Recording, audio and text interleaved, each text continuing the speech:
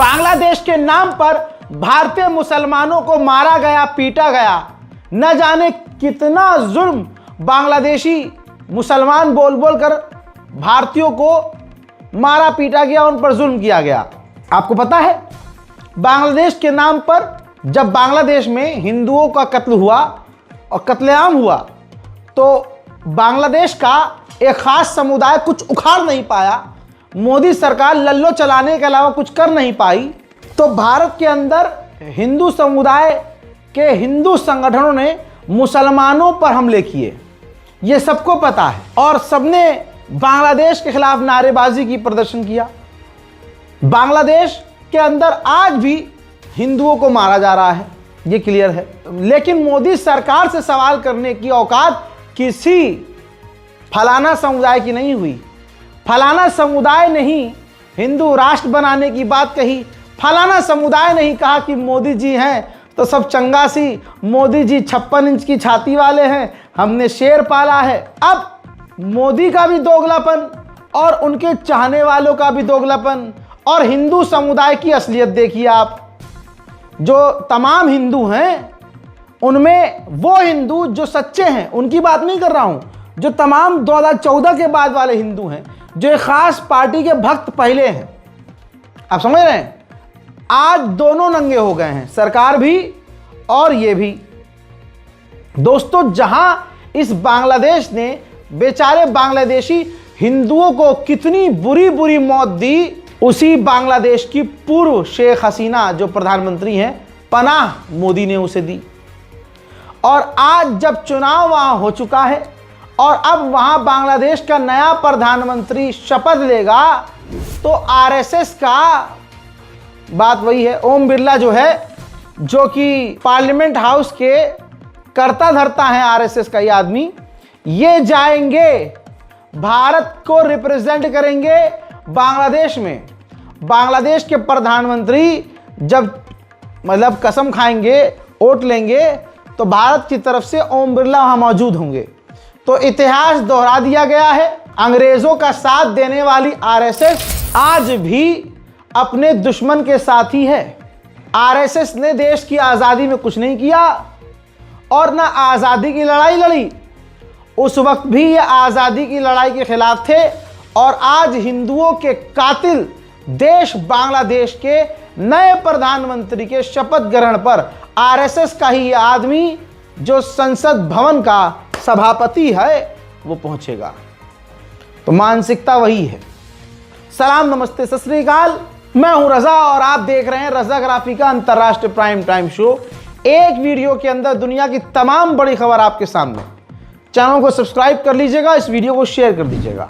बांग्लादेश भारत के लिए खतरा बन रहा है। कोई तो भारत में ऐसा पनौती है जिसकी वजह से आज देखिए हमारा दोस्त सिर्फ अब तालिबान बचा है, बाकी सब हमारे खिलाफ हैं।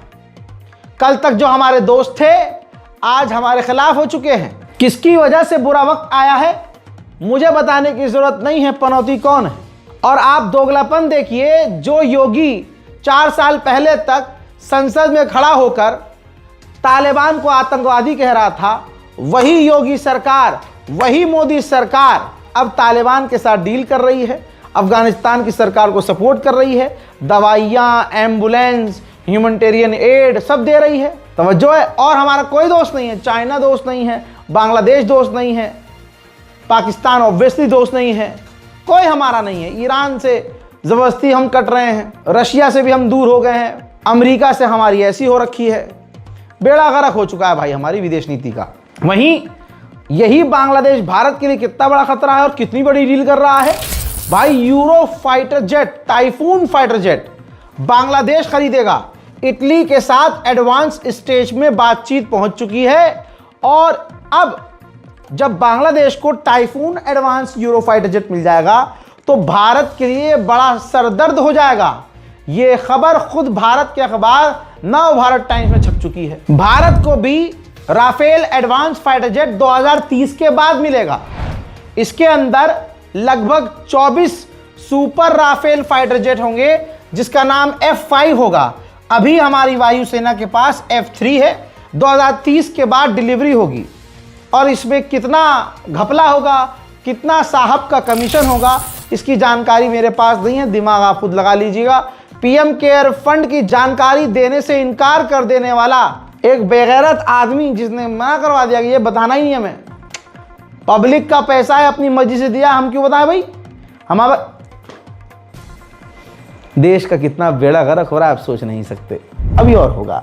अब डोनाल्ड ट्रंप की तमाम बातें फलाना मांग रहा है 56 इंच की छाती वाला। अब भारत 8.6 बिलियन डॉलर के हथियार इजराइल से खरीदने को राजी हो गया है। भाई किसी भारत के सुपर आदमी की एप्स्टीन फाइल में नाम तो है, मैं तो ये मानता हूं उसकी कोई वीडियो भी होगी, तभी भाई अचानक से सारी बातें मानी जा रही हैं अमेरिका इजराइल की। हाँ, हमारे पास रूसी S-400 एयर डिफेंस सिस्टम है, उसके लिए 288 एंटी एयरक्राफ्ट मिसाइल्स अब भारत रूस से खरीदने की तैयारी में है। चाइना सिंचांग माउंटेन्स पर खतरनाक मिसाइल यानी परमाणु मिसाइल साइलो और परमाणु मिसाइल रखने के लिए लगातार हैवी कंस्ट्रक्शन कर रहा है। उधर ताइवान ने फिर से जहर उगला, उड़ता हुआ तीर फिर से पकड़ा और कहा कि चाइना पूरी दुनिया के लिए सबसे बड़ा खतरा बनता जा रहा है। पाकिस्तान में प्रधानमंत्री कुछ नहीं है भाई, अब जो है आसिम मुनीर है।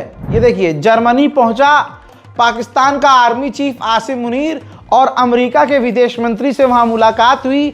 कई अंदर खाने बातें हुई हैं। अमेरिका के विदेश मंत्री के मुंह पर आप बत्तीसी बाहर देख सकते हैं। अमेरिका इस वक्त पाकिस्तान से बहुत ज़्यादा खुश है। उधर जर्मनी काम कर रहा है कि हमारा अब डिफेंस सिस्टम चाइना और अमेरिका के ऊपर निर्भर ना हो, हम खुद अपना डिफेंस सिस्टम बना ले। दोस्तों, यूएन की सिक्योरिटी काउंसिल की टीम ने रिपोर्ट जारी की है। ये रहा ऑफिशियल बयान, जिसमें कहा गया है कि जो लाल किले पर भारत में अटैक आतंकवादी हमला हुआ, वो हमला जैश-ए मोहम्मद ने करवाया था, यानी पाकिस्तान का इसमें सीधा सीधा रोल था।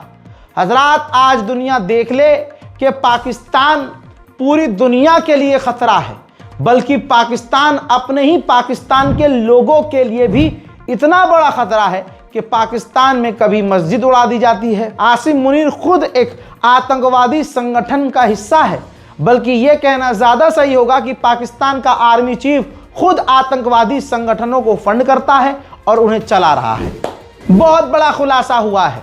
वेनेजुएला पर जब अमेरिका की फौज ने हमला किया तो सवाल यह हो रहा था कि तमाम एयर डिफेंस सिस्टम वेनेजुएला के खराब कैसे हो गए, उसने काम क्यों नहीं किया, रडार अलार्म बजे क्यों नहीं। खुलासा यह हुआ कि अमेरिका ने एडवांस हथियार, आर्टिफिशियल इंटेलिजेंस से लैस AI हथियार का इस्तेमाल करके जो चाइना और रूस के हथियार हैं वेनेजुएला के पास, उसको भी बेकार कर दिया था। ट्रंप ने आगे कहा कि अभी आपने क्या क्या किया था, आगे बहुत कुछ चीज़ें पता चलेंगी जो आपके लिए नई होंगी।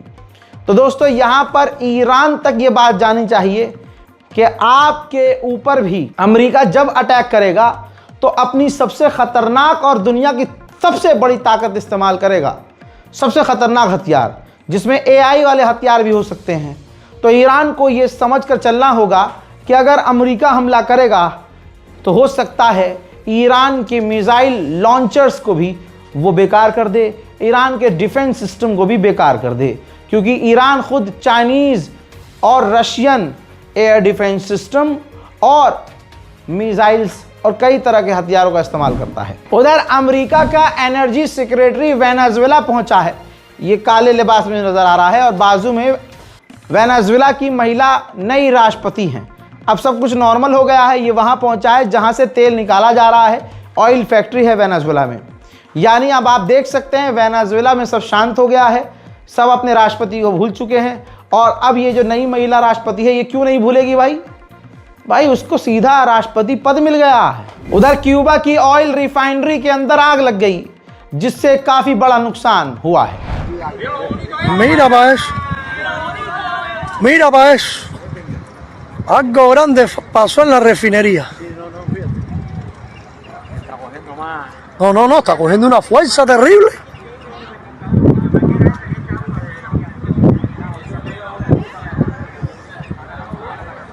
aumentó enormemente. En apenas un minuto, mira cómo ha aumentado eso.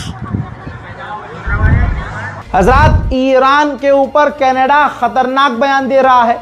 Iran special report में आपको बता चुका हूं, कनाडा ईरान पर बैन लगा रहा है, बैन की बातें कर रहा है। और मैंने ये रिपोर्ट देते हुए बताया भी था कि कनाडा अमेरिका को खुश करने के लिए सब कुछ कर रहा है, लेकिन अमेरिका फिर भी चड्डी उतार कर बजा रहा है और अमेरिका फसाद डाल रहा है कनाडा में।